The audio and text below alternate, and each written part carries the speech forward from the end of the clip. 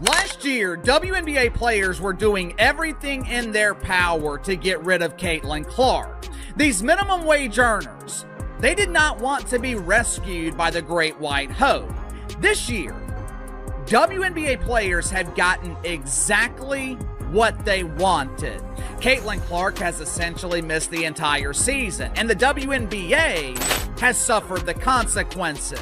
What is really happening to Caitlin Clark behind the scenes is far more sinister than just an injury. A war is brewing inside the WNBA, and its biggest star is trapped in the middle, used as a pawn in a game she never signed up for. The league is facing a crisis it never saw coming, and the shocking truth of what's being allowed on the court night after night could permanently tarnish the sport. This isn't a story about basketball, it's about a systematic effort to break down the most popular player the game has ever seen. I think that's even been something like me and Steph have like always talk about when we go and watch film, and even like that New York game where like I played really, really well.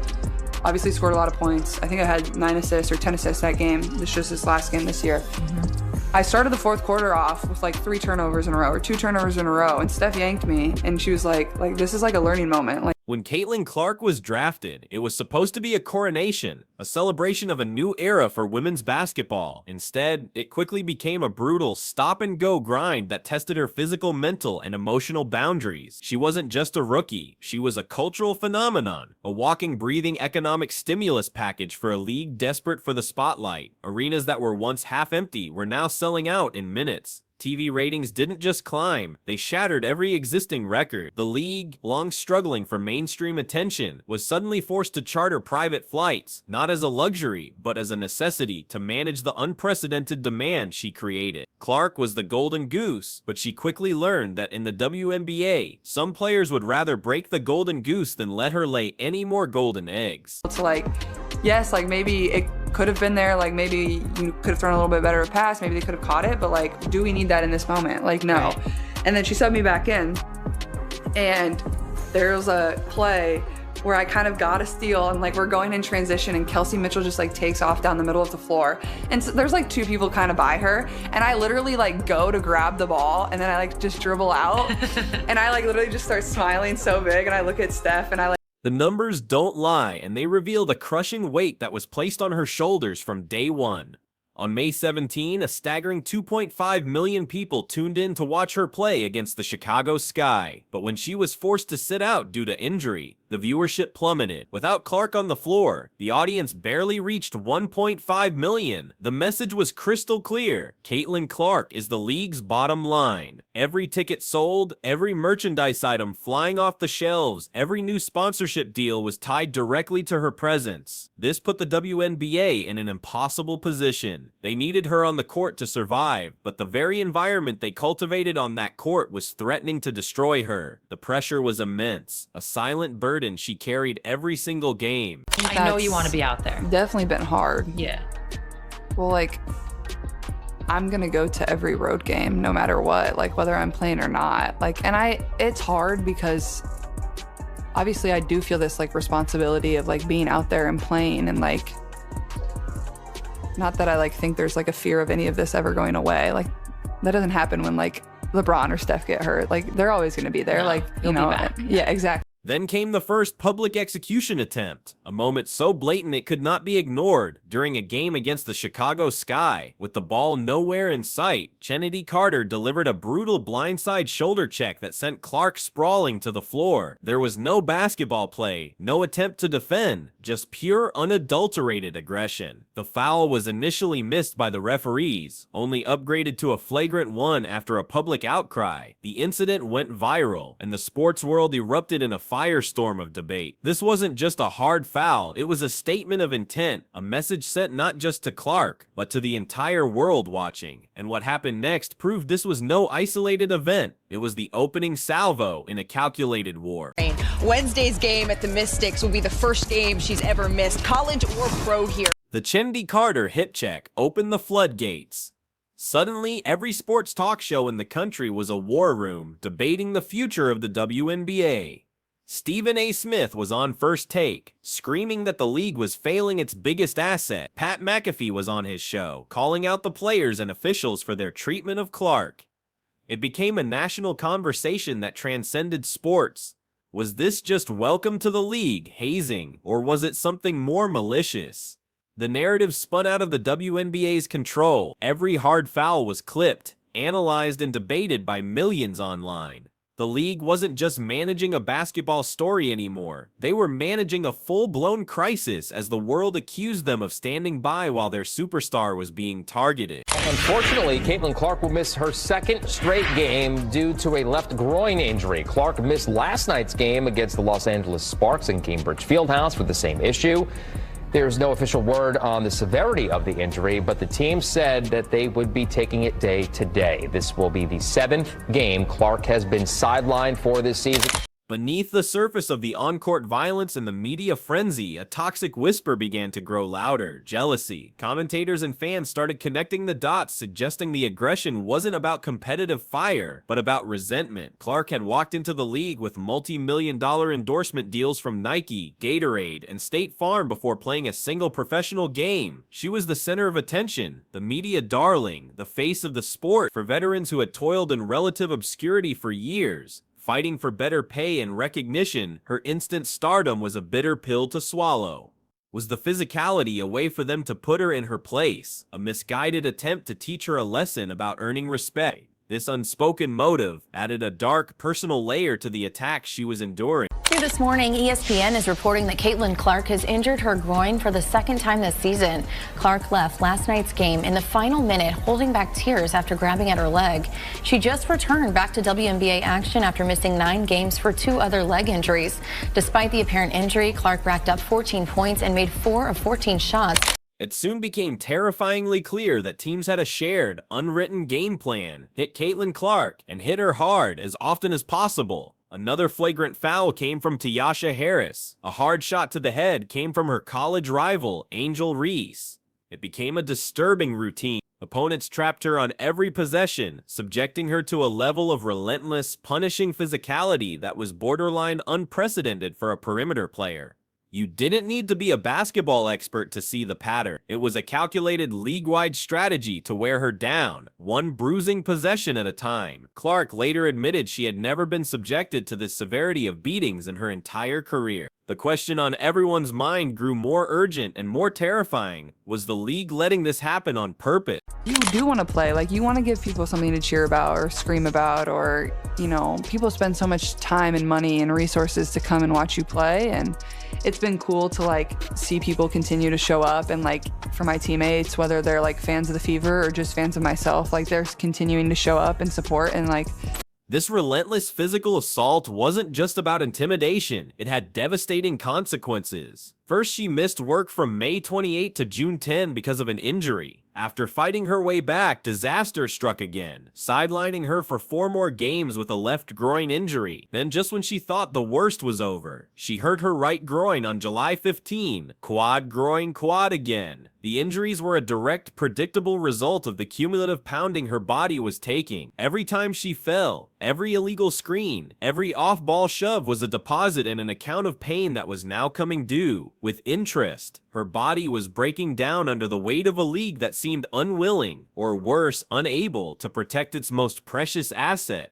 Okay, so viewership and ticket sales are like up across the WNBA, and then and they're also, when you don't play, there's a dip, like a substantial dip. So how do you handle, does it impact your patience? You know what I mean? Like, you're coming back from this injury and you know this, everybody knows this, that when you play that changes. Yeah. I guess the better question is, how are you like managing it so it doesn't impact your patience? The physical toll was immense, but the mental warfare was even more insidious. How do you play with freedom when you know your body could betray you at any moment? In college, she had never missed a single game due to injury. Now, she was thrust into the pro level without the benefit of a training camp, relying on a body that kept failing her. Every comeback was shadowed by the same paralyzing concern: when would it happen again? The pressure was unimaginable. Then, at her lowest point, a text message arrived from her mother that changed everything. It was a simple, powerful plea: "You've been with the others for a long time. It's time for you to look for yourself." It was the permission she needed to stop being a martyr for the league and start fighting back. I think early on with the first couple injuries, I was like, oh, like I need to get back. But I think Like my mom texted me like after this last injury, and like they know how hard it's been on me, but my mom was like, you know, you've taken so much time for everybody else, like you have to take time for yourself now. So just trying to do that the best I can too. And fight back she did, but not in the way anyone expected. Her weapon wasn't a retaliatory foul, it was her voice. During a candid interview with WNBA legend Sue Bird, Clark was asked about her time on the sideline. With a cunning, knowing smirk, she delivered the line that sent a shockwave through the entire organization. "I'd be an excellent referee," she said, pausing for effect. "There would be no unanswered calls. However, I believe I would make an excellent referee. Like I wouldn't miss the call." It was a devastatingly sharp and perfectly delivered blow to the league's officiating, a masterful piece of public protest disguised as a joke, and it was heard loud and clear around the world. I feel like I would be a really good ref though, from the side. Yeah. Like, I wouldn't miss the call. Backseat ref. The response was immediate and overwhelming. Her phone blew up with messages from other WNBA players, many of them established veterans who had long suffered in silence. "You just said out loud what we've been screaming in locker rooms for years." One text, fans rallied behind her, and the hashtag #ZonFixTheWhistle exploded online, becoming a digital rallying cry for everyone who felt the game's integrity was at risk. Clark had exposed a raw nerve, giving a powerful voice to a silent frustration that had been simmering beneath the surface for far too long. She wasn't just a disgruntled rookie complaining anymore, she had become the unintentional leader of a rebellion against the league itself. There's still hard moments, but like, I don't really care what people say. At the end of the day, like, I'm in a position where there's gonna be, you know, criticism, and there's gonna be people that love me. Like, that's what happens when you're playing sport at the highest level. Like, that's how it goes for everybody, whether you're a football player, basketball player, baseball. But behind closed doors, the WNBA league office was in a state of complete and utter panic. Executives were deeply divided. One faction, the old guard, wanted to fine her and make an example of her for publicly questioning the integrity of the referees. They argued that letting a rookie dictate the narrative was a dangerous precedent, but others, the more media-savvy executives, knew that trying to silence the biggest star in the game would be a public relations catastrophe. They were trapped in a no-win situation. Punish her, and they look like out-of-touch tyrants suppressing their star. Ignore her, and they tacitly admit that their officiating is fundamentally broken. This wasn't the first time a league had faced the challenge of protecting a transcendent star from targeted physicality. In the late 1980s, the NBA stood by as the Detroit Bad Boy Pistons implemented the Jordan rules, a strategy dedicated to physically punishing Michael Jordan every time he touched the ball. It took years for the league to finally adjust its rules to protect its stars and allow skill to triumph over brute force. Now, the WNBA was facing its own Jordan rules moment. Was it going to make the same mistake, allowing its generational talent to be beaten down, or would it learn from history and step in before it was too late? The parallels were chilling, and the future of the league hung in the balance. When Clark finally returned to the court after her comments, the atmosphere in the arena was electric. Every eye was on her, the officials, and the interactions between them. It was more than just a game, it was combat. The tension was palpable with every possession. Every whistle, or lack thereof, had an amplified impact on the audience, who were now watching with a critical eye. The stage was set for a dramatic confrontation, and it didn't take long for it to happen. Then came the moment that defined her comeback. Early in the game, she drove aggressively to the basket and was hit with obvious, undeniable contact. The whistle remained silent. The crowd erupted in a chorus of boos. But the camera zoomed in on Clark's face during what the broadcast called her suburban interview, capturing her reaction. She wasn't angry. She didn't yell. She just smirked, a slow, defiant grin aimed directly at the official who made the no call. It was a silent, powerful act of rebellion broadcast to millions. The message was clear. I see you. The whole world sees you. And I am not afraid of you anymore. The power dynamic on the court had officially been flipped. The smirk was the warning shot. What came next was the confirmation. Halfway through the second quarter, she pulled up for a three-pointer and was fouled in the act of shooting. This time, the whistle blew and the arena burst into flame. As she walked to the free throw line, she glanced at the baseline referee, gave a slow, deliberate nod, and mouthed a line that fans would spend hours lip-reading online. The Fever won the game, with Clark just missing a triple-double, but the story wasn't in the box score. It was in the message she sent. Caitlin Clark was no longer a victim of the whistle. She was now controlling it. The game is no longer just about wins and losses. It's a high-stakes battle for the very soul of the WNBA.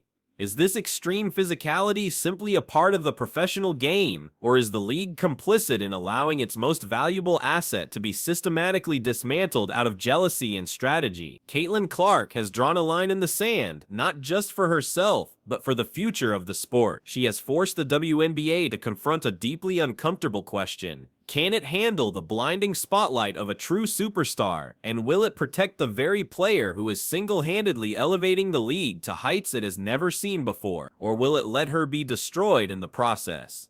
Forever remembered as the league that broke its own savior.